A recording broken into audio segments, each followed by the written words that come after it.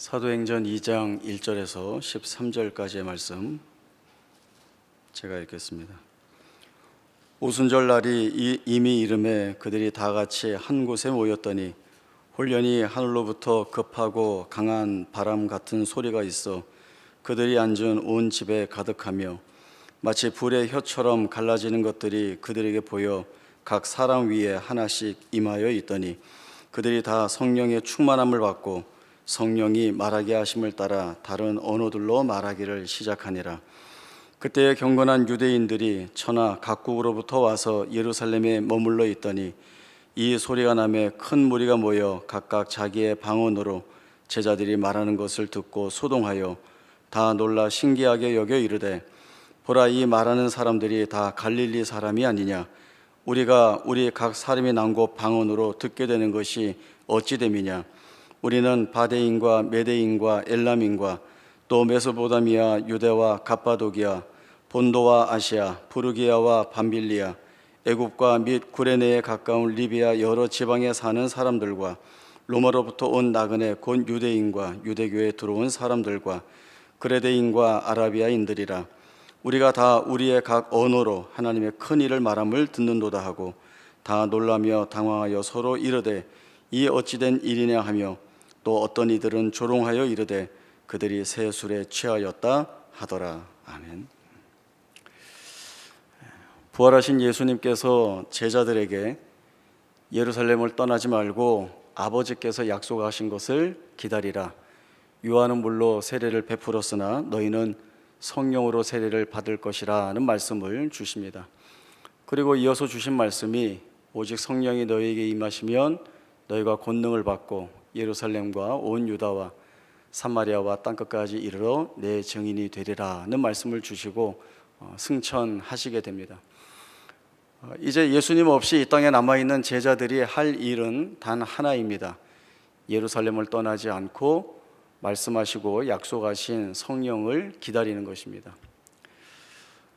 제자들을 비롯한 120여 명의 성도들이 한 곳에 모여 있었는데 호련히 하늘로부터 급하고 강한 바람 같은 소리가 있었고 또 뱀의 혀처럼 갈라지는 불이 각 사람 머리 위에 임하게 됩니다.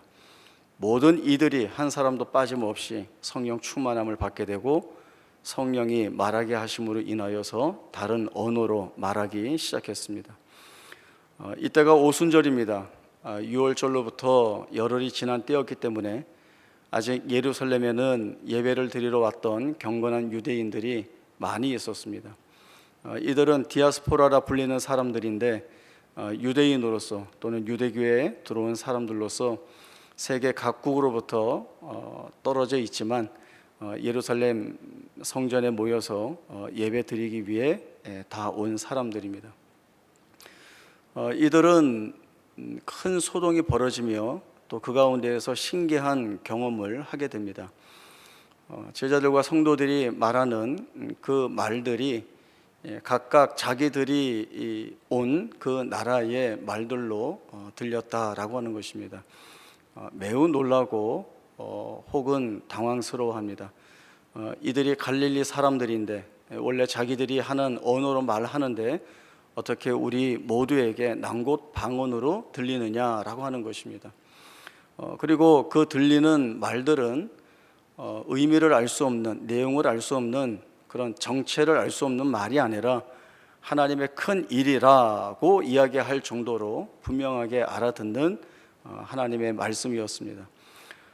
또 이렇게 분명한 성령의 역사들을 지켜본 또 경험하고 확인한 자들이 있는 반면에 어떤 이들은 분명하게 일어나고 인지되어야 하는 성령의 역사를 저 사람들이 술에 취해서 그렇다라고 하는 폄하하는 그런 조롱도 하는 상황이 지금 이 예루살렘에서 벌어지고 있습니다.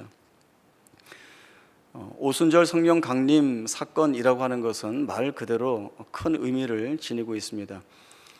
이제는 성령의 역사가 있는 성령 시대가 되었다라고 하는 것입니다. 성령의 시대가 되었다라고 하는 것은 사실은 예수님이 죽음 가운데에서 부활하시고 승천하셨을 때에 이제 이 땅에 홀로 남아 있는 제자들에게는 염려가 되고 또는 불안한 일이 될 수 있습니다. 그러나 꾸준히 예수님께서 제자와 성도들에게 말씀을 주신 바 성령을 약속하고 계시고, 그리고 그 약속하신 성령이 오셨다라고 하는 것은 예수님은 지금 우리와 함께 계시지 않지만 성령의 역사를 통하여 지금도 예수님은 이 땅에서 역사하고 계시는 것이고, 우리를 통하여 일하고 계시는 것이고, 예수님이 이 땅에서 메시아의 사역을 완벽하게 완전하게 다 행하신 것처럼 우리를 통하여 여전히 그 일들을 계속 성취하여 가신다라고 하는 내용들이 확인되는 것이 바로 이 성령의 시대입니다. 성령이 이 땅에 오셔서 이루실 일들은 분명합니다. 그것은 예수 그리스도를 구주로 증거하고 증언하는 일들입니다. 그 일들을 제자들이 사도로 세우심을 받아 일하게 되고, 또 교회 안에 들어와 있는 성도들을 통하여서 하나님이 이루실 일들입니다. 성령의 사역은 세상의 다른 것에 목적을 두는 것이 아니라 복음과 또 이 땅에 하나님이 기뻐하시는 구원의 역사가 놀랍도록 펼쳐진다라고 하는 이 엄연한 사실을 증언하고 증거하는 일입니다. 성령의 역사를 분명히 보여야 하는 이때에 필요에 의해서 초월적인 능력과 역사가 많이 드러났습니다. 당장은 오순절날 성령 강림 때에 많은 사람들이 경험했던 내용입니다. 물론 그 자리에 있었던 당사자들은 하늘로부터 불어오는 급하고 강한 바람 소리도 들었고, 또 나뿐만 아니라 다른 사람의 머리 위에 임한 성령의 의미들도 볼 수 있었고, 또 난곳 방언으로 이야기하느라 예루살렘에 있는 많은 사람들이 이 같은 일들을 목도했습니다. 놀랍죠. 그리고 이후에 사도행전의 기록을 보면 여러 가지 능력이 발휘되는 사건들의 내용들을 볼 수 있습니다. 베드로가 한번 설교하면 3,000명이나 되는 사람들이 회개하고, 또 나사렛 예수의 이름으로 명하노니 일어나 걸으라 하니까 일어나지 못했던 사람이 일어나서 걷고 뛰고 하나님을 찬송하는 일이 벌어졌습니다. 많은 사람들이 회개하고 교회로 들어와서 교회가 부흥되는 놀라운 역사가 있었습니다. 이 모든 일들이 초월적인 하나님의 역사, 성령의 역사, 그리고 능력이라고 하는 것으로 사람들 눈에 비춰지게 되었습니다. 상황이 이렇다 보니 성령을 바르게 이해해야 하는 일이 필요합니다. 누차 예수님께서 말씀하신 대로 성령이 이 땅에 임하는 것은 예수를 증언케 하는 것이고, 또 이 땅에 남아있는 제자들뿐만 아니라 앞으로 오고 오는 모든 성도들 안에 내주하시고, 또 주님이 여전히 이 땅에서 일하신다라고 하는 사실들을 성도의 삶을 통하여서, 그 생애를 통하여서 드러내 보이실 일들입니다. 이 내용이 가장 중요하고 목적이고 놓쳐서는 안 되는데, 사람들의 시선이 보다 어디에 머무르게 되는가 하면 초월, 능력, 그것으로 이루게 되는 업적, 치적이라고 하는 것에 머물게 됩니다. 그렇다면 정작 중요한 것은 놓치고 부차적인 것을 마치 목적인 양 삼게 되는데, 그렇게 되면 성령에 대한 이해나 그 성령이 하시는 일에 대한 목적, 이 모든 것들에 오해와 시각적 편차가 생길 수밖에 없습니다. 그래서 한동안은 교회가 성령 충만하자, 성령 세례 받자, 성령을 체험하자, 이런 성령 운동에 매몰되어서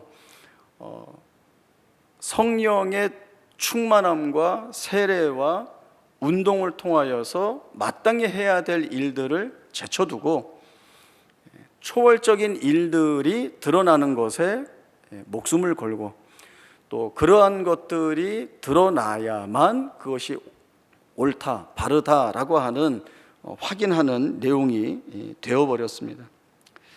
만약에 예수님께서 제자들에게 성령을 주신 목적이 지금 말씀드린 초월이나 능력이나 업적이나 치적에 대한 것이었다고 한다면, 사도행전에 기록되어야 할 모든 내용들은 이 같은 내용들이어야 합니다.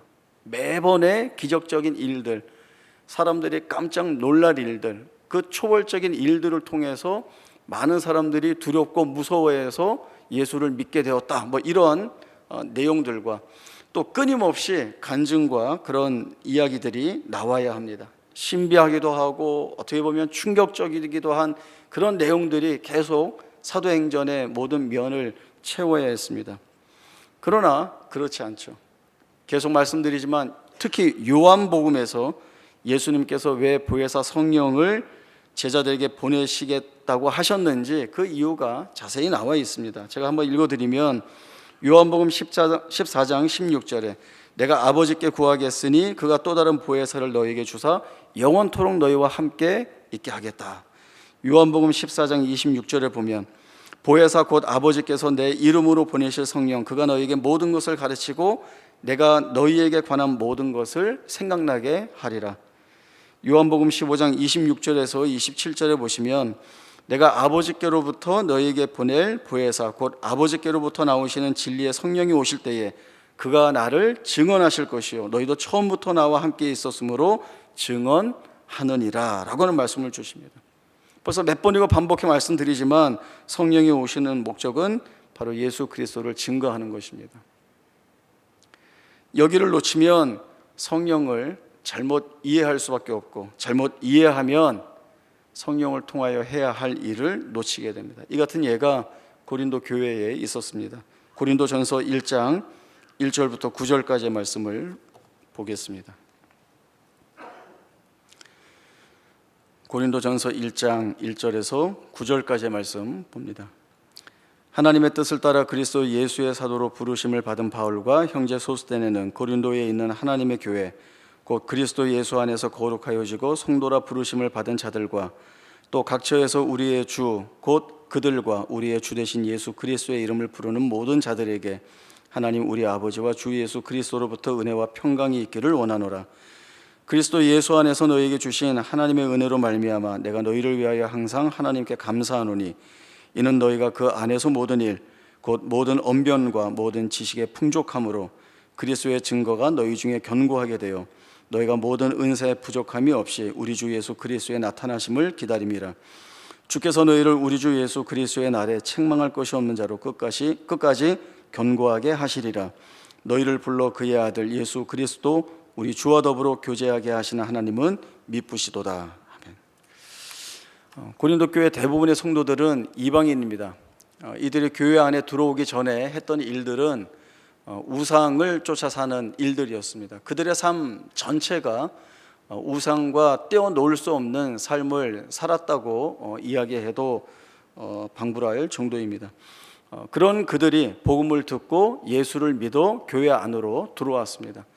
사도 바울이 이들에게 전하고 있는 것은 너희가 이해하고 너희가 스스로 깨달아 알아 이 복음 안으로 들어오지 않았다라고 하는 것입니다. 너희는 성령의 인도하심을 받아 이 교회 안으로 들어와 있다라고 하는 것이죠.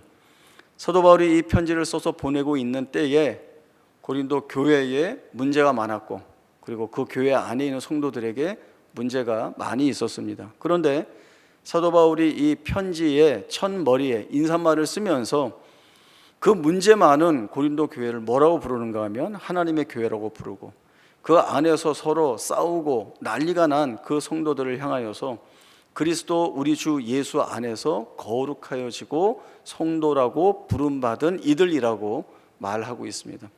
이것은 앞으로 이들이 스스로 깨달아 알아서 정신 차리고 우리가 이러면 안 되지 라고 해서 서로 화해하고 잘하기로 결심하고 결단해서 그렇게 하나님의 교회답게 세워지는 것, 성도답게 세워지는 것이 아니라 하나님께서 이들에게 영원 전부터 창조 전부터 목적하신 바가 하나님의 교회다운 교회, 거룩한 성도라고 이름하기에 부끄러움이 없는 자들로 견고하게 세울 것이 정해진 사실이기에 지금은 아니지만 그러나 성령 안에서 사도 바울이 이 같은 인사로 분명하게 전할 수 있는 담대함이 있는 것입니다. 고린도전서 12장에 보시면 고린도 교회 성도들이 받은 은사의 종류에 대한 말씀이 나오고 또 그 은사에 대한 바른 이해가 무엇인지에 대한 말씀이 나옵니다. 고린도전서 12장 4절에서 11절까지의 말씀 보겠습니다. 고린도전서 12장 4절부터 11절입니다. 은사는 여러 가지나 성령은 같고 직분은 여러 가지나 주는 같으며 또 사역은 여러 가지나 모든 것을 모든 사람 가운데서 이루시는 하나님은 같으니 각 사람에게 성령을 나타내심은 유익하게 하려 하심이라. 어떤 사람에게는 성령으로 말미암아 지혜의 말씀을, 어떤 사람에게는 같은 성령을 따라 지식의 말씀을, 다른 사람에게는 같은 성령으로 믿음을, 어떤 사람에게는 한 성령으로 병 고치는 은사를, 어떤 사람에게는 능력 행함을, 어떤 사람에게는 예언함을, 어떤 사람에게는 영들 분별함을, 다른 사람에게는 각종 방언 말함을, 어떤 사람에게는 방언들 통역함을 주시나니 이 모든 일은 같은 한 성령이 행하사 그의 뜻대로 각 사람에게 나누어 주시는 것이니라. 이 말씀을 보시면 한 성령, 같은 성령이라고 하는 말씀이 반복되어 나오고 있습니다.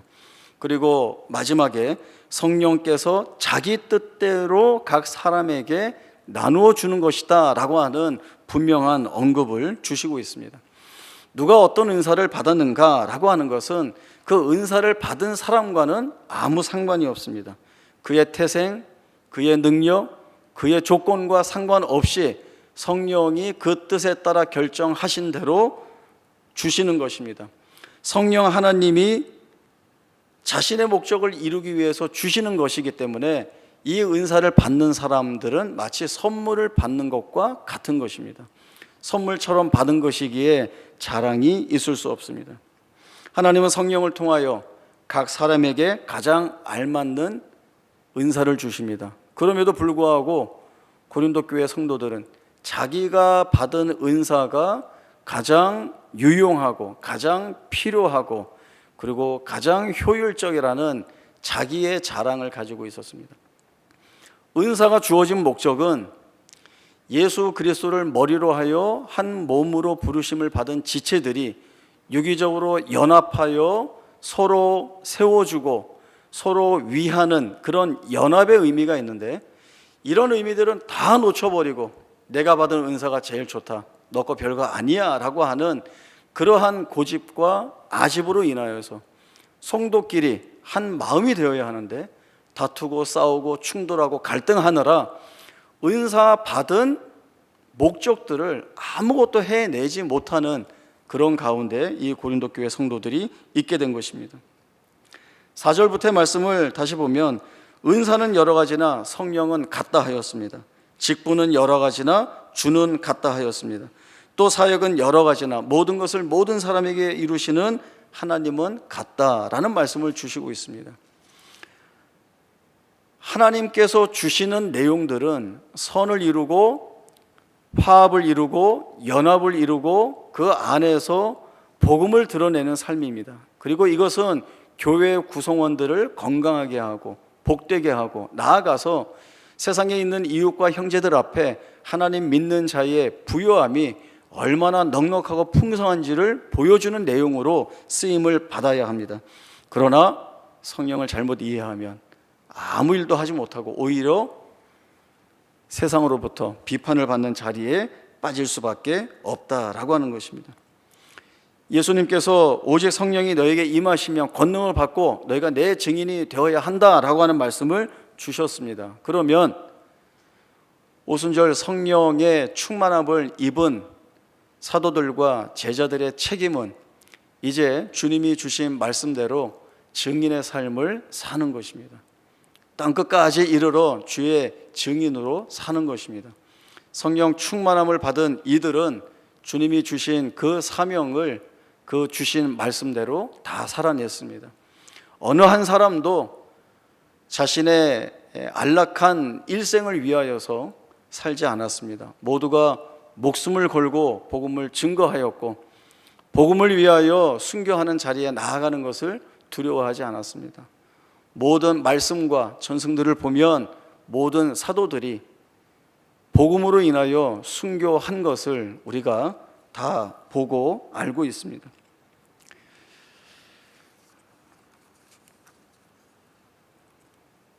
제자들이 만약 자신들의 업적이나 치적을 쌓아야 하는 것에 매여 있었다고 한다면, 또 자신들이 받은 성령의 능력과 역사들을 자신들의 실력으로 오용하여서 그것으로 세상을 뒤집어 엎겠다라고 하는 것으로 드러낸다고 한다면, 그것은 바른 제자로서의 증인으로서의 삶은 되지 않습니다.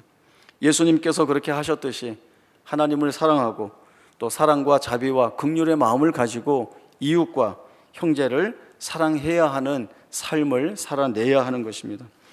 마태복음 5장 13절에서 16절까지의 말씀 찾아보겠습니다. 마태복음 5장 13절에서 16절까지의 말씀입니다. 너희는 세상의 소금이니 소금이 만일 그 맛을 잃으면 무엇으로 짜게 하리요? 후에는 아무 쓸데없어 다만 밖에 버려져 사람에게 밟힐 뿐이니라. 너희는 세상의 빛이라. 산 위에 있는 동네가 숨겨지지 못할 것이요, 사람이 등불을 켜서 말 아래에 두지 아니하고 등경 위에 두나니 이러므로 집안 모든 사람에게 비치느니라. 이같이 너희 빛이 사람 앞에 비치게 하여 그들로 너희 착한 행실을 보고 하늘에 계신 너희 아버지께 영광을 돌리게 하라. 소금은 짠 맛을 내어야 합니다. 소금이 짜게 하는 맛을 잃으면 그 존재의 의미가 없어지게 됩니다. 예수님 말씀대로 그렇게 되면 아무 쓸데없어 밖에 버리워져 사람에게 밟힐 뿐이다 라고 하는 말씀을 주십니다. 빛은 어두운 데를 비춥니다. 그렇기 때문에 이 빛이 비춰지는 불을 말 아래 두지 아니하고 등경 위에 둔다라고 합니다. 여기서 이제 말이라고 하는 것은 우리가 옛날 그 쌀가에 가면 이 쌀을 담아주는 대박이라고 하는 거 있죠. 그거에 이제 좀 큰 용량으로 된 대박입니다. 불을 켜놓고 이 대박을 뒤집어 엎어서 덮어버린다라고 한다면 그것은 빛으로서의 비침을 전혀 드러내지 못합니다. 오히려 높은 곳에 두어서 어두운 것들을 밝히 비추도록 해 주어야 합니다. 예수님이 하나님 나라의 백성들로 부름받은 자들에게 너희는 소금과 빛이 되라 라고 하는 말씀을 주십니다. 기회가 되면 한번 해봐라 정도의 말씀이 아니라 너희는 분명히 해야 한다. 이것은 너희의 사명이고 책임이다. 반드시 해야 한다라고 하는 말씀으로 주십니다. 왜냐하면 그 의미와 내용을 놓쳐버리면 너희는 쓸모없다라고 하는 말씀을 주시기 때문입니다. 요즘 뉴스들을 통해서 여러 사건 사고도 보지만 또 우리가 사는 사회 안에 선한 영향력을 끼친 사람들의 이야기도 가끔 보게 됩니다. 최근에 있었던 일 하나인데요. 한 어머니가 어려운 형편 가운데에서 이제 두 아들을 키우고 있었는데 어느 한 곳에 글을 올렸습니다. 사실 그 글을 올리면서 한 사람을 찾고 싶다라고 하는 내용이었습니다. 그것은 이 어머니의 작은 아들이 편의점에 가서 뭐 컵밥하고 이제 참치캔 등을 사서 계산을 하려고 하는데 카드가 계산이 안 되는 거예요. 잔액 부족이라고 하는 거죠. 그래서 몇 개 빼고 또 계산했는데 안 되는 겁니다. 그래서 이 아이가 당황하고 있는 모습을 한 여고생이 그 편의점 안에서 봤던 거예요. 그래서 가서 그 아이가 뺐던 거를 다 다시 놓고 더 가서 햇반하고 즉석 카레하고 아이가 좋아할 만한 과자 여러 개를 듬뿍 가져다가 계산을 하고 아이 손에 들려 보낸 겁니다. 그렇게 계산한 금액이 한 5만 원 정도 됐다고 그래요. 그 이야기를 이제 아이를 통해서 들은 이 어머니가 너무 고맙고 감사해서 찾을 수는 없고 요즘 인터넷이 무섭기도 하지만 또 이런 면에서는 유용하기도 하죠.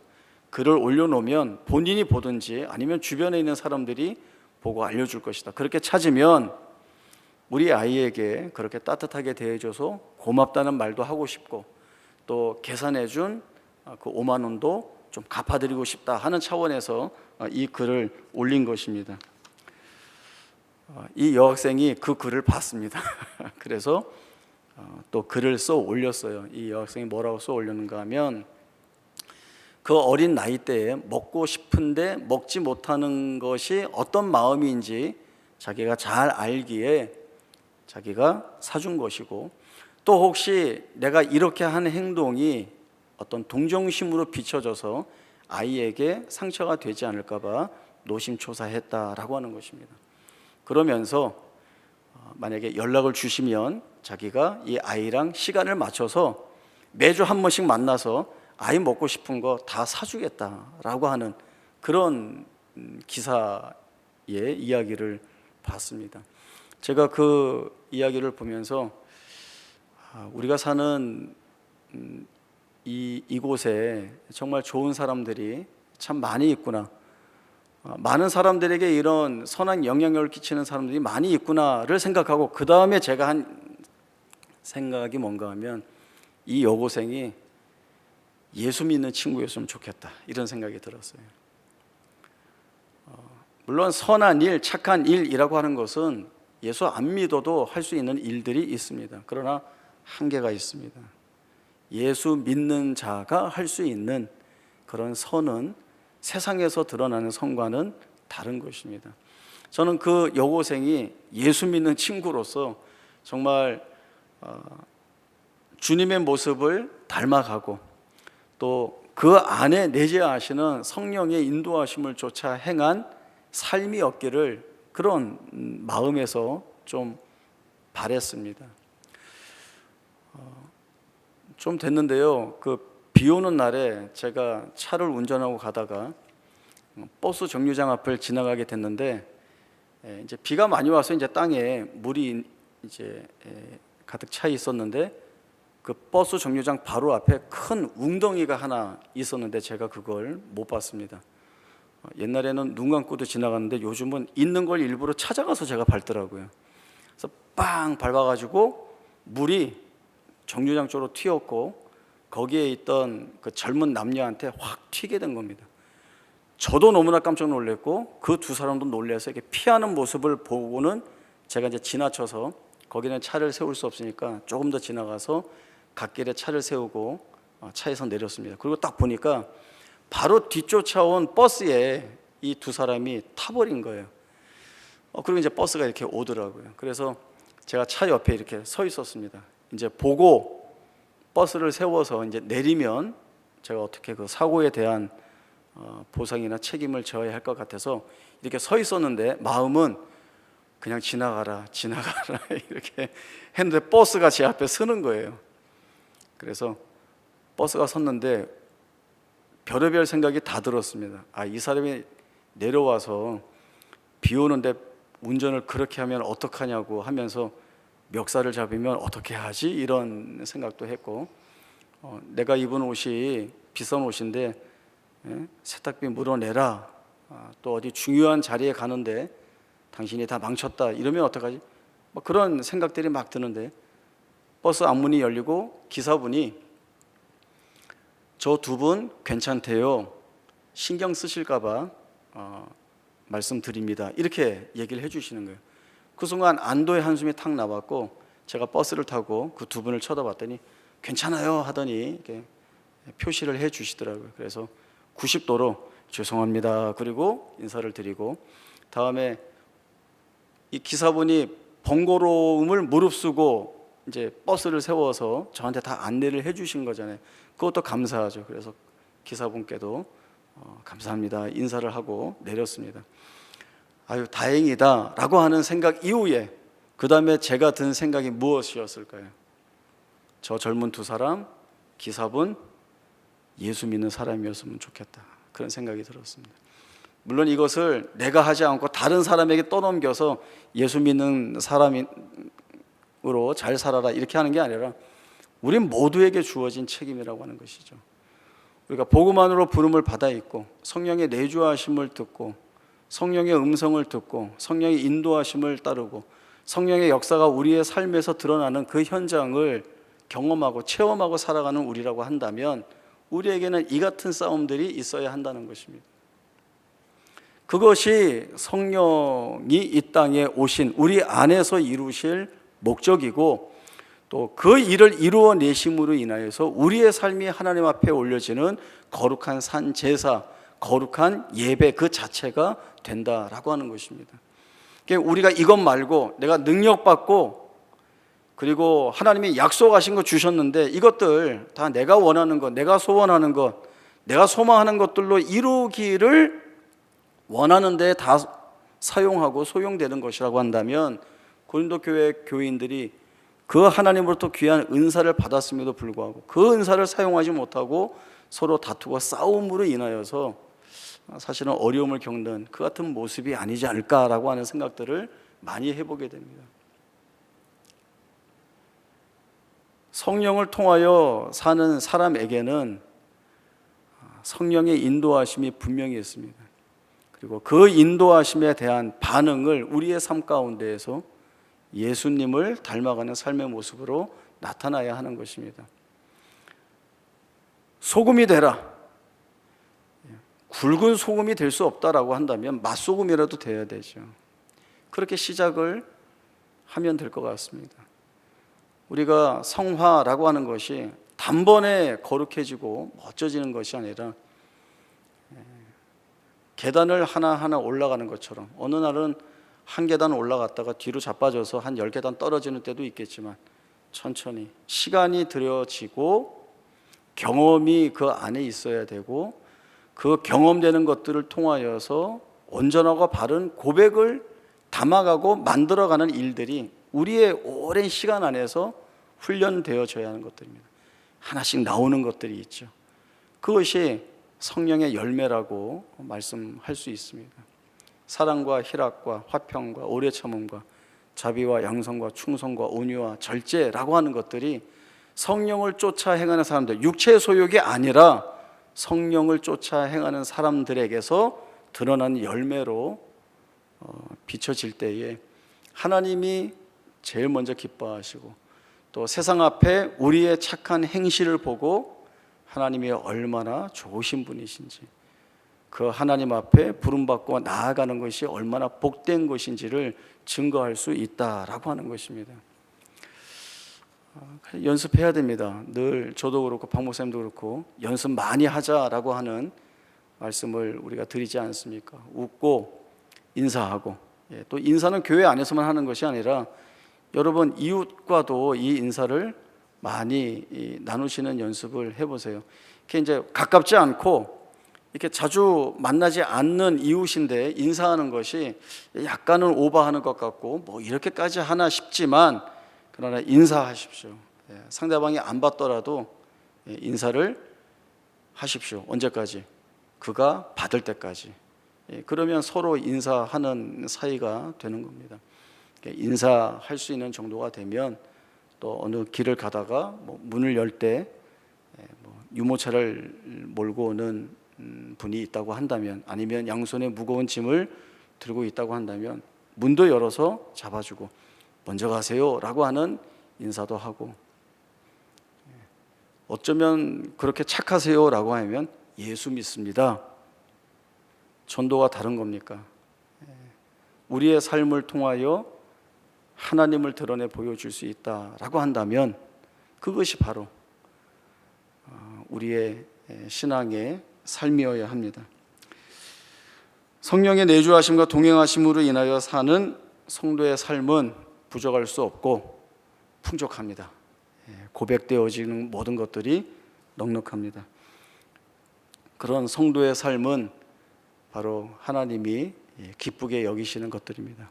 우리가 하나님의 자녀이니까 하늘 아버지의 마음을 기쁘시게 하는 이 일에 우리가 열심을 내어야 하고, 이것이 하나님께 올려드리는 참다운 예배라 했으니 참다운 예배 자리에 우리 모두를 스스로 세워가며 감사드릴 수 있는 우리의 생애가 될 수 있기를 바랍니다. 기도하겠습니다. 하나님 아버지, 은혜를 감사합니다. 주님께서 승천하시고 성령을 이 땅에 보내셨습니다. 성령의 역사가 있다는 것은 여전히 주님께서 우리와 함께 하시며 우리를 통하여 주의 일을 이루어 나가신다는 것입니다. 그 약속이 있기에 오늘도 우리는 그 약속을 믿고 의지하여 성령의 인도하심을 받아 하나님 나라의 백성된 자로서의 삶을 담대하게 살아가고자 합니다. 때로는 지치고 연약할 때도 있지만 그때마다 성령을 통하여 힘을 북돋아 주시는 은혜에 감사하며 한 걸음 한 걸음 나아가게 하시고, 또 우리의 이 삶의 모습을 통하여 하나님이 드러나시는 그 일에 우리도 기뻐하며 감사할 수 있는 은혜가 있게 하여 주옵소서. 우리의 삶이 곧 하나님께 올려드리는 거룩한 산 제사입니다. 우리의 예배를 기뻐 받으시고 성령을 통하여 사는 우리의 생애가 주 안에서 복된 생애가 되도록 축복하여 주옵소서. 거룩하신 예수님의 이름으로 기도하옵나이다. 아멘.